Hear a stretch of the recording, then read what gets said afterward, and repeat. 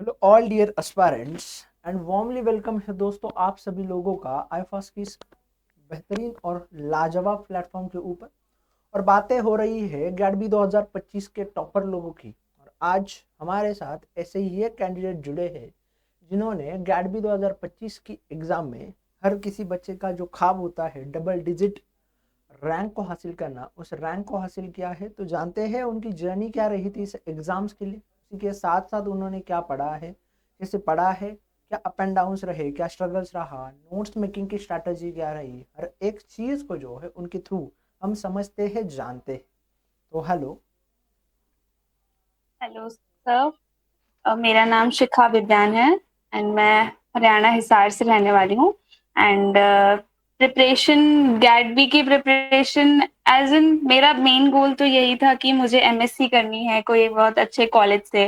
तो मैंने gate B के बारे में, एग्जाम के बारे में सुना एंड उसका पेपर पैटर्न एनालाइज करा। It was not so special, बाकी जो इतने एग्जाम्स थे उसी से सिमिलर ही था पेपर पैटर्न एंड सिलेबस जो था।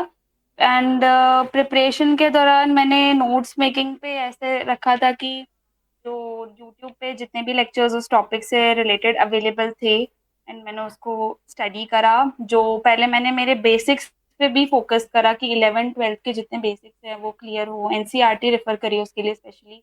एंड उसके बाद मैंने अपने नोट्स प्रिपेयर करे, बहुत खुले खुले मैं बहुत नोट्स बनाती थी ताकि एडिशनल कोई भी चीज़ अगर मुझे डालनी है तो मैं बाद में उसको ऐड ऑन कर सकूं, स्पेशली जब क्वेश्चन प्रैक्टिस करने के बाद हम बहुत सारी नई चीज़ों से अवेयर होते हैं, तो वो सारी चीज़ें उस टॉपिक से रिलेटेड मैं ऐड ऑन कर सकूं।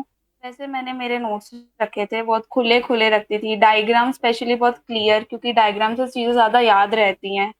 एंड बस इजी था। मेन चीज तो दो ही रही हैं कि एक तो रिवीजन, मल्टीपल टाइम, लाइक मैंने बहुत बार रिवीजन करा था। मेरे नोट्स बहुत ज्यादा, बहुत वास्ट या ऐसे नहीं थे, बहुत छोटे नोट्स थे मेरे। शॉर्ट नोट्स बना लिया करती थी। एंड बहुत ज्यादा रिसोर्सेज पे मैं रेफर नहीं करा। मैंने स्टैंडर्ड बुक्स भी मैंने एज इन इतना ज्यादा नहीं पढ़ी। मैंने जितने भी टीचर्स ने पढ़ाया उसी को मैंने रेफर करा एंड उसका रिवीजन करा। एक बार सिलेबस कंप्लीट होने के बाद ऑल सिलेबस एग्जाम दिया, और टॉपिक वाइज भी मैंने डिटेल उसके क्वेश्चन प्रैक्टिस में करती ही रही थी ताकि और चीजें पता चलती रहे सेम टाइम पे। मेन चीज यही है कि revision, question practice, that help me a lot. And challenges के बारे में बात करें तो यही है कि टाइम मैनेजमेंट बहुत मुश्किल है, क्योंकि मेरे कॉलेज में वही 9 to 5:30 कॉलेज चलता है, तो उसके साथ ही कॉलेज के एग्जाम्स भी होते हैं, असाइनमेंट्स होते हैं, प्रैक्टिकल्स होते हैं। तो उसमें टाइम निकालना काफ़ी मुश्किल हो जाता है। एंड क्योंकि मेरा कोर्स बीएससी बीएड है, तो मेरी बीएड की जो इंटर्नशिप थी वो भी लास्ट सेमेस्टर में चल रही थी एंड उसके जस्ट बाद हमें मेरे एग्जाम्स भी देने पड़े, तो वो काफ़ी डिफिकल्ट हो गया था मेरे लिए कि इंटर्नशिप भी मैनेज करें एंड ये भी। बट समहाउ कैसे भी मैनेज करके I got this rank. Special thanks to my teachers, my parents and my friends, जिन्होंने काफ़ी हेल्प करी मेरी इस जर्नी में। And that's all. Thank you. आपने सब कुछ बताया, आपका रैंक नहीं बताया दोस्त। सर मेरी कैटेगरी रैंक 28 है। 28 रहा है तो कॉन्ग्रेचुलेट करना चाहूँगा पूरा आईएफएस फैमिली की तरफ से आपको। Thank you sir, thank you अब सो मुझे मच। ये बताइए कि टाइम मैनेजमेंट के बारे में तो आपने पहले ही बोल दिया, टाइम मैनेजमेंट करने में दिक्कत होती है। तो मुझे ये बताइए दोस्त कि जब भी मतलब पहली बार कब ख्याल आया कि गैट बी एग्ज़ाम्स के लिए प्रिपेयर करना चाहिए, और उसके बाद क्या जर्नी रही, कैसे स्टार्ट किया इस एग्ज़ाम्स के प्रिपरेशंस को?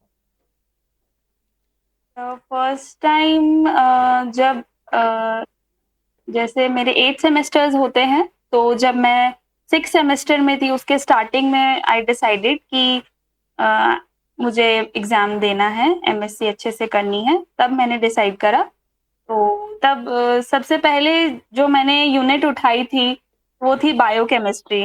एंड जैसे ही मैंने बायोकेमिस्ट्री पिकअप करी, it was very difficult for me. And जैसे ही मैंने वो उठाया तो आई वाज लाइक मैं नहीं कर सकती, मुझसे नहीं होगा ये एग्जाम वगैरह। बट थोड़ा थोड़ा थोड़ा करके टीचर्स ने काफ़ी हेल्प करा, बहुत इजीली कॉन्सेप्ट को समझाने में हेल्प किया। तो उससे मेरी 1 यूनिट हुई एंड देन धीरे-धीरे करके मैंने आधा अपना सिलेबस कंप्लीट करा, फिर बहुत रिवीजन करा एंड देन फिर आधा अपना सिलेबस कंप्लीट किया, फिर बहुत रिवीजन करा। ऐसे मैंने ट्राई किया। ओके, तो लाजवाब रही। अब मुझे ये बताइए कि जब भी आप गैडबी के लिए प्रिपेयर करते हैं, गैडबी एग्जाम्स को प्रिपरेशन की स्ट्रैटेजी बनाते हैं, तो फिर क्या होता है कि आपको सेक्शन ए को भी पढ़ना है, सेक्शन बी को भी पढ़ना है, तो दोनों सेक्शंस को कैसे कवर किया था फिर? सर सेक्शन ए में जैसे तीनों पूछ लेते हैं, जैसे physics, chemistry, biology and maths भी पूछते हैं। तो ऑनेस्टली मैंने मैथ्स तो बिल्कुल भी नहीं पढ़ी थी एंड फिजिक्स के कुछ-कुछ यूनिट्स होती हैं, वो एक बार देख लिया था कि प्रीवियस ईयर में कौन-से टॉपिक्स जो थे वो इम्पोर्टेंट रहे। जैसे प्रीवियस ईयर का पेपर एनालिसिस से कुछ टॉपिक्स इम्पोर्टेंट है, उनको प्रीवियस ईयर के क्वेश्चंस देख लिए थे और जैसे इस बार के गैडबी में बहुत सारे प्रीवियस ईयर के क्वेश्चंस रिपीट भी हुए थे, तो वो काफ़ी हेल्प करता है। वो टॉपिक्स हमने वो साइड करके उसको अलग से पढ़ा था। केमिस्ट्री क्योंकि बीएससी बीएड जो मैं कर रही हूँ उसमें केमिस्ट्री एंड बॉटनी, ज़ूलॉजी मेरे सब्जेक्ट्स हैं, तो केमिस्ट्री में इतनी डिफ़िकल्टी नहीं आई एंड बायोलॉजी सेक्शन ए में क्योंकि 11th-12th का ही लेवल रहता है तो उतना कोई चैलेंजिंग नहीं है। मेन चीज़ वही रहती है कि फिज़िक्स और केमिस्ट्री हमें थोड़ा-सा वापस रिवाइंड करके अच्छे से करना पड़ता है। और सेक्शन बी में तो जो नोट्स प्रिपेयर हम स्टार्टिंग से करते रहते हैं, वही उसी में से आता है। ओके, अब मुझे ये बताइए कि पढ़ने आपने पढ़ भी लिया, अच्छे से रिवाइज भी कर लिया, अब बात आती है क्वेश्चन प्रैक्टिस की, टेस्ट सीरीज की, मॉक टेस्ट की, तो कैसे लगाए थे आपने क्वेश्चन प्रैक्टिस, टेस्ट सीरीज और मॉक टेस्ट? सर वही अब जैसे कभी-कभी मन नहीं करता है पढ़ने का, तो क्वेश्चन प्रैक्टिस करते हैं। तो सर कराते थे क्वेश्चन प्रैक्टिस तो जैसे एक चीज़ बहुत अच्छी लगी आईएफएस के प्लेटफ़ॉर्म पे ये मुझे बहुत अच्छा लगा कि जब क्वेश्चन प्रैक्टिस कराते हैं तो करेक्ट आंसर कौन-सा है ये तो बता देते हैं, बट ये आंसर करेक्ट क्यों नहीं है, वो भी बता देते हैं।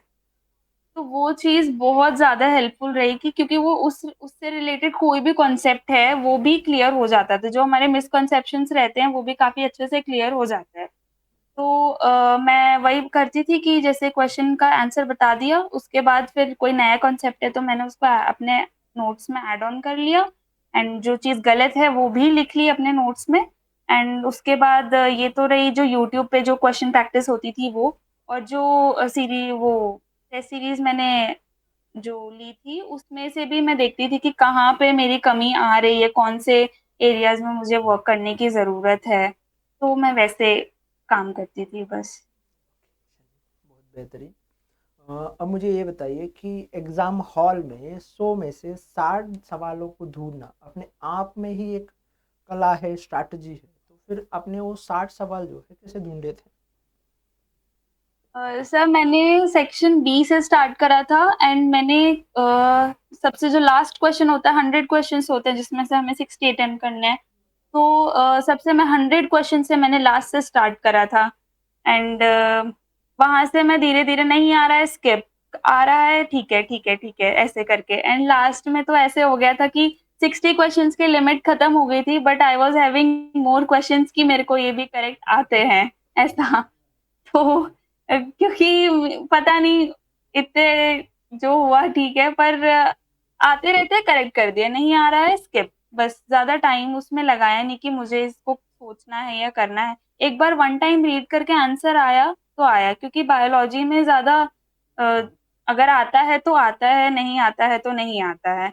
तो उसमें ज़्यादा टाइम नहीं वेस्ट करते हुए मैंने बस आगे-आगे करा एंड 60 क्वेश्चन जितने मुझे आ रहे थे दैट वो मैंने फाइनल करके बस मैं सेक्शन ए पे चली गई, ऐसा था। अब थोड़ा आगे बढ़ते हैं और आपसे एक सवाल पूछना चाहूँगा। जो भी आपकी तरह रैंकर आना चाहते हैं, आपकी तरह सक्सीड होना चाहते हैं, आपकी तरह बेहतर परफॉर्म करना चाहते हैं, तो उनके लिए क्या सजेशंस देना चाहोगे, क्या सलाह देना चाहोगे आप? सजेशंस मेनली यही रहेंगे कि जितनी भी डिस्ट्रैक्शंस हैं उनको अवॉइड किया जाए, मेनली फ़ोन जैसे अगर जैसे जितने भी सोशल मीडिया प्लेटफ़ॉर्म्स हैं, जैसे सबसे ज़्यादा कॉमन आजकल इंस्टाग्राम है। तो इंस्टाग्राम सबसे पहले मैंने अनइंस्टॉल कर दिया था क्योंकि वो बहुत डिस्ट्रैक्टिंग होता है। हम एक बार फ़ोन लेके बैठते हैं, 1 घंटा रील्स चलाते हैं, उसके बाद फिर हमारा टाइम ही चला जाता है। बहुत डिस्ट्रैक्टिंग होता है वो। तो वो चीज़ कम करें। अगर आपके फ्रेंड सपोर्टिंग हैं, तो अच्छी बात है। अब अगर सपोर्टिंग नहीं है, तो आगे बढ़ जाएँ, ज़्यादा उसमें घुसने की ज़रूरत नहीं है कि मेरे कोई फ्रेंड्स नहीं है, ये नहीं है। क्योंकि अकेले एक एक वक़्त के लिए आप बिल्कुल अकेले हो जाते हो पढ़ते-पढ़ते। तो वो चीज़ ज़्यादा दिमाग पे लगनी नहीं चाहिए। एंड सारी चीज़ें मैंने इग्नोर कर दी थी, जितने भी मेरे जितने सेमेस्टर एग्ज़ाम्स थे मैंने उनको भी कंसिडर नहीं करा था। अभी जो एंट्रेंस है बस उसी के लिए प्रिपरेशन करनी है, क्योंकि बहुत डिटर्मिनेशन चाहिए कि अगर आपको ये करना है मतलब करना है, दैट्स इट। उसके लिए अपना पूरा एफर्ट्स लगा दो कि बस ये तो करना ही है, इसको कैसे अचीव करेंगे बस उसको स्ट्रैटेजाइज़ करना है, दैट्स इट। बहुत ही बेहतरीन। तो thank you so much for sharing your experience and your journey with us. Thank you and thank you so much once again. Yes sir.